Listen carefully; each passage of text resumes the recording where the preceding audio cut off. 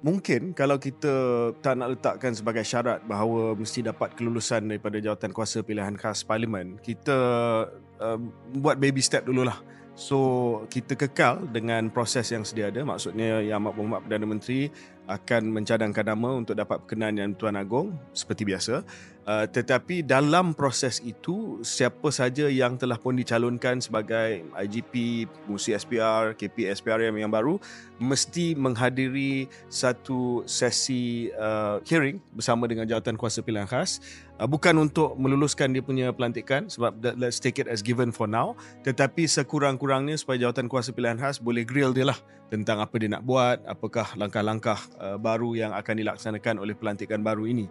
So di situ kita boleh lihat bahawa we don't go the whole way. Mungkin ada kebimbangan bahawa this takes away the prerogative of the Prime Minister dan sebagainya, tetapi sekurang-kurangnya ada scrutiny pelantikan baru ni kepada jawatan kuasa pilihan khas Parlimen. Yang kedua, Syariah, sebelum kita pergi kepada soalan seterusnya, adalah sama ada confirmation hearings should be live or not, or these jawatan kuasa, perbincangan jawatan kuasa boleh diadakan secara live.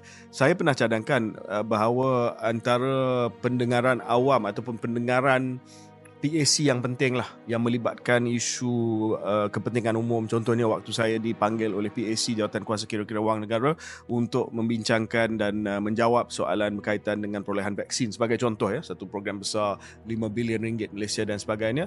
I would have loved for it to have been broadcast live. Barulah orang boleh nampak.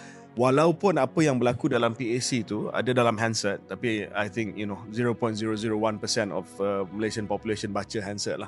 Tapi kalau dia dalam bentuk BBC Parliament ataupun dalam bentuk C-SPAN Congress, saya rasa ramai juga yang akan tune in, especially isu yang besar. Saya bagi contoh yang pengalaman saya. So saya setuju kalau sekiranya sesi saya dengan jawatan kuasa kira-kira wang negara berkaitan dengan vaksin dibuat secara live, tetapi waktu saya tunjuk kontrak itu, saya minta supaya saya tunjuk kepada ahli-ahli jawatan kuasa saja, sebab itu bukan keselamatan negara, itu memang non-disclosure agreement perundangan. lah, ada terikat dengan NDA. Ya.